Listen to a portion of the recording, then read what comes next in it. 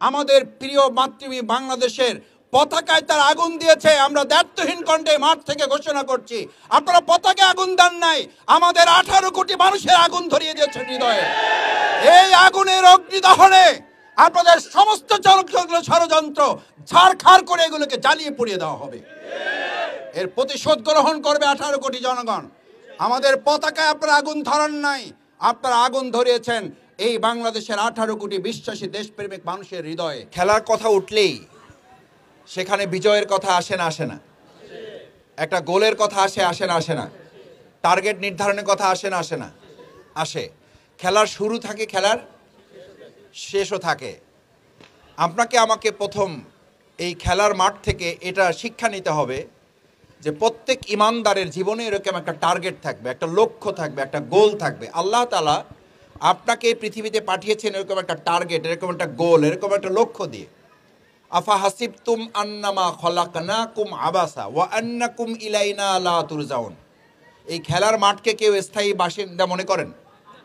এটাকে স্থায়ী আবাস মনে করেন?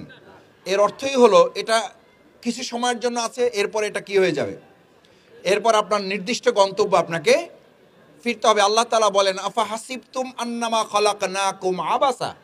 মানুষ তোমরা কেন মনে করো যে তোমাদেরকে দুনিয়ায় শুধুমাত্র খেলাধুলা, রং তামাশা, হাসি ঠাট্টা, ব্যবসা বাণিজ্য, ক্রীড়া কৌতুক এ সমস্ত কিছুর জন্য আমি তোমাদেরকে সৃষ্টি করে নাই? তোমাদেরকে সৃষ্টি করেছি আফা হাসিবতুম আন্নামা খলাকনাকুম আবাসা। তোমাদেরকে একটা নির্দিষ্ট টার্গেট দিয়েছি, নির্দিষ্ট একটা গোল দিয়েছি, একটা লক্ষ্য দিয়েছি, তোমাদের একটা অ্যাচিভমেন্ট নিয়ে এখান থেকে আবার আমার কাছে ওয়া আন্নাকুম ইলাইনা লা তুরজাউন।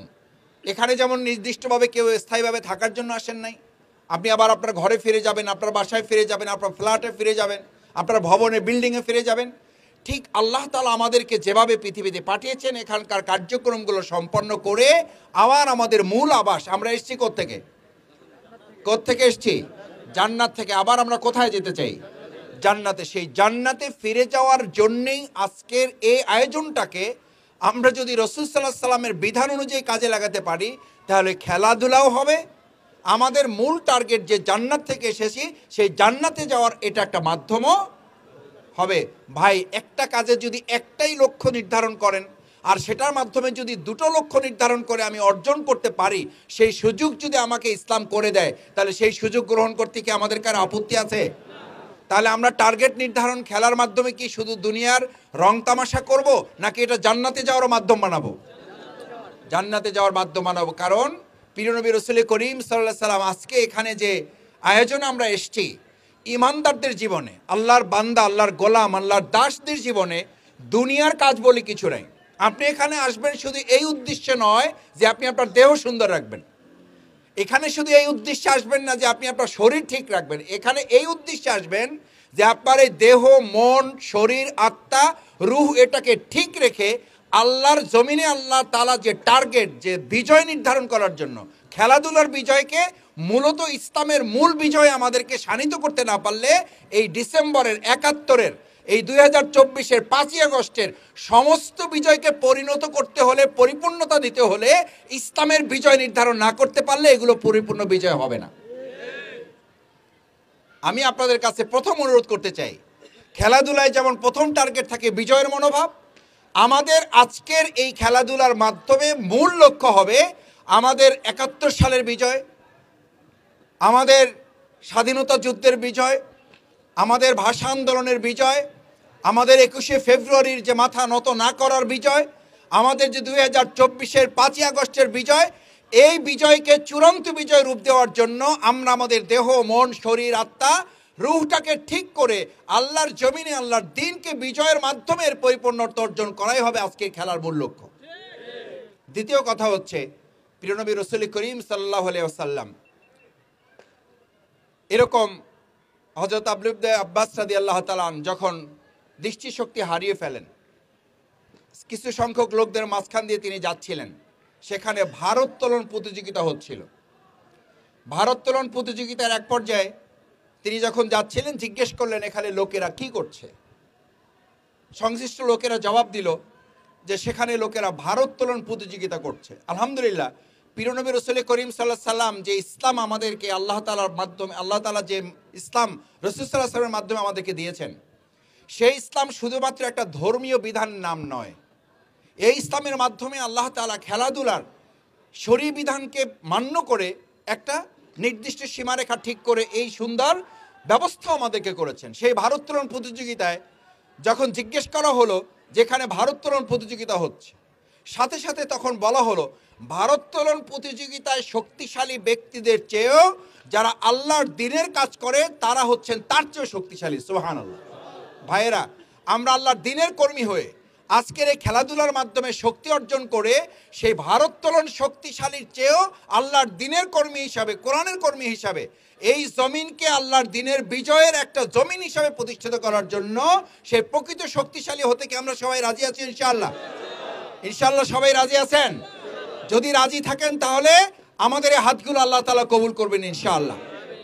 দ্বিতীয় কথা হচ্ছে ভাইয়েরা, দেখেন রাসূল করিম সাল্লাল্লাহু আলাইহি সাল্লাম সাঁতার প্রতিযোগিতা করতেন, রাসূল সাল্লাল্লাহু আলাইহি সাল্লাম দৌড় প্রতিযোগিতা করতেন, রাসূল করিম সাল্লাল্লাহু আলাইহি সাল্লাম মল্লযুদ্ধের জন্য তিনি উৎসাহিত করতেন, ঘোড়দৌড় প্রতিযোগিতা করতেন এবং তিনি সবাইকে তীরন্দাজি হতে বলতেন।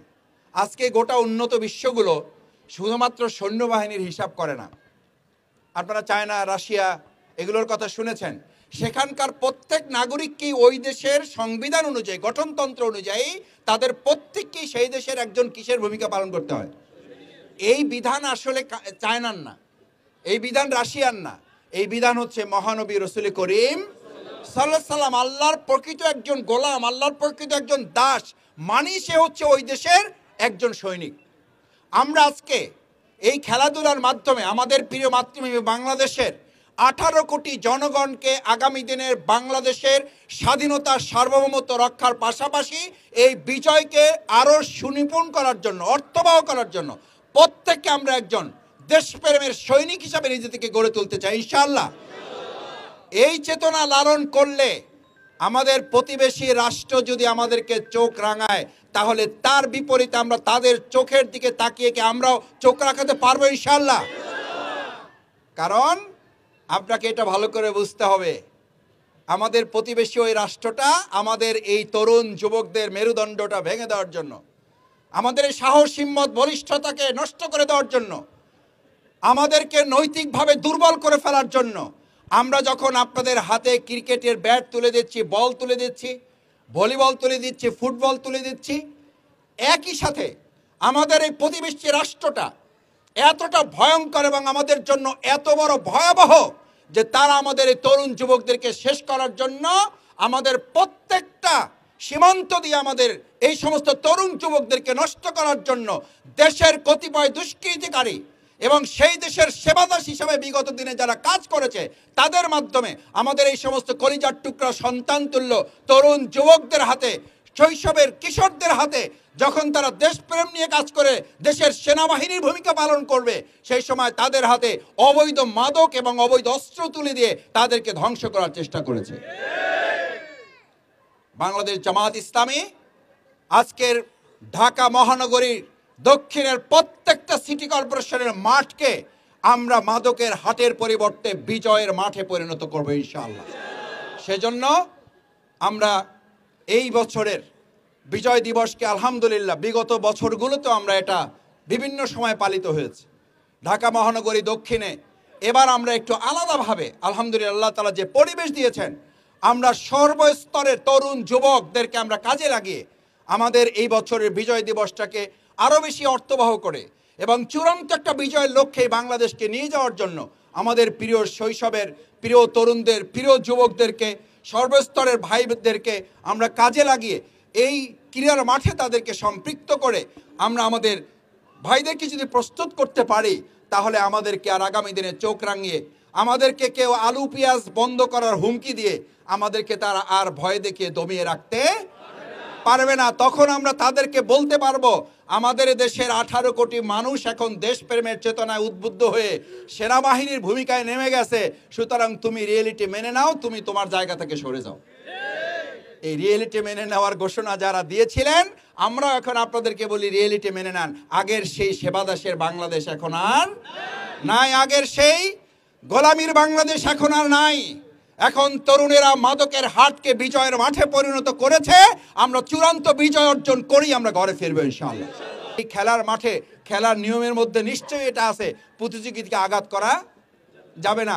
আমাদের রাজনৈতিক চর্চায় যদি এটা আমরা করার সুযোগ পেতাম যে সৎ প্রতিযোগিতা থাকবে, এই সৎ প্রতিযোগিতা আমরা কেউ কাউকে ল্যাং মারবো না। কিন্তু আমাদের বাংলাদেশের বিগত 15 বছরের রাজনীতির খেলার মাঠের অবস্থা কি? শুধু ল্যাং মারা না, বুকে গুলি করে দেওয়া। আমাদের রাজনীতির খেলা মাঠের অবস্থা কি? মানে বল বাদ দিয়ে পায়ের উপরে মেরে দেওয়া। এটা আমাদের এই কি বলে যে যখন আমাদের খেলা শুরু হয়, বিশ্বকাপ খেলা, তখন আমরা দুই একটা দল সম্পর্কে এরকম বলি, এরা যত না ফুটবল মারে তার চেয়ে পায়ে মারে বেশি। আমরা খেলার মাঠে এরকম যখন টিভিতে খেলা দেখার জন্য বসতাম, তো এমনও দল দুই একটা আছে বিশ্বকাপ খেলায়, মানে গোল হয়ে গেলেও আমরা বলতাম যে এটা হবে না, কারণ ফাউল নিশ্চিত। কারণ এদের অভ্যাসই হচ্ছে গোল করবে কিন্তু ফাউল পিছনে একটা করে রাখবে। বিগত পতিত স্বৈরাচারী সরকার এরকম একটা সরকার, কিছু উন্নয়ন করেছে কিন্তু প্রত্যেকের বুক ঝাঁঝরা করে দিয়েছে। এবং সর্বশেষ এই মহিলার চক্রান্ত ষড়যন্ত্রেই এখন আমাদের প্রিয় মাতৃভূমি বাংলাদেশে না পেরে পার্শ্ববর্তী একটা রাষ্ট্রে তাদের ইন্ধনে আমাদের প্রিয় মাতৃভূমি বাংলাদেশের পতাকায় তার আগুন দিয়েছে। আমরা দায়িত্বহীন কণ্ঠে মাঠ থেকে ঘোষণা করছি, আপনারা পতাকায় আগুন দেন নাই, আমাদের 18 কোটি মানুষের আগুন ধরিয়ে দিয়েছেন হৃদয়ে। এই আগুনের অগ্নিদহনে আপনাদের সমস্ত ষড়যন্ত্র ছাড়খাড় করে এগুলোকে জ্বালিয়ে পুড়িয়ে দেওয়া হবে। এর প্রতিশোধ গ্রহণ করবে 18 কোটি জনগণ। আমাদের পতাকায় আপনারা আগুন ধরান নাই, আপনারা আগুন ধরিয়েছেন এই বাংলাদেশের 18 কোটি বিশ্বাসী দেশপ্রেমিক মানুষের হৃদয়ে। সুতরাং সাবধান হয়ে যাওয়ার জন্য বলছে বাংলাদেশ। আমরা সেই জন্য বলবো, খেলার মাঠে যেমন আমাদের পরস্পর সহিষ্ণুতা থাকে, পরস্পরের প্রতি সহানুভূতিশীল থাকি, মূল টার্গেট থাকে সততার সাথে, দক্ষতার সাথে, পরস্পরকে আঘাত না করে ভালোবাসার মাধ্যমে আমরা সৎভাবে সততার মাধ্যমে আমরা বিজয় অর্জন করব। আসুন সেই প্রতিযোগিতায় যদি বাংলাদেশের সাথে আপনি লড়তে চান, আপনি লড়তে আসেন। বাংলাদেশে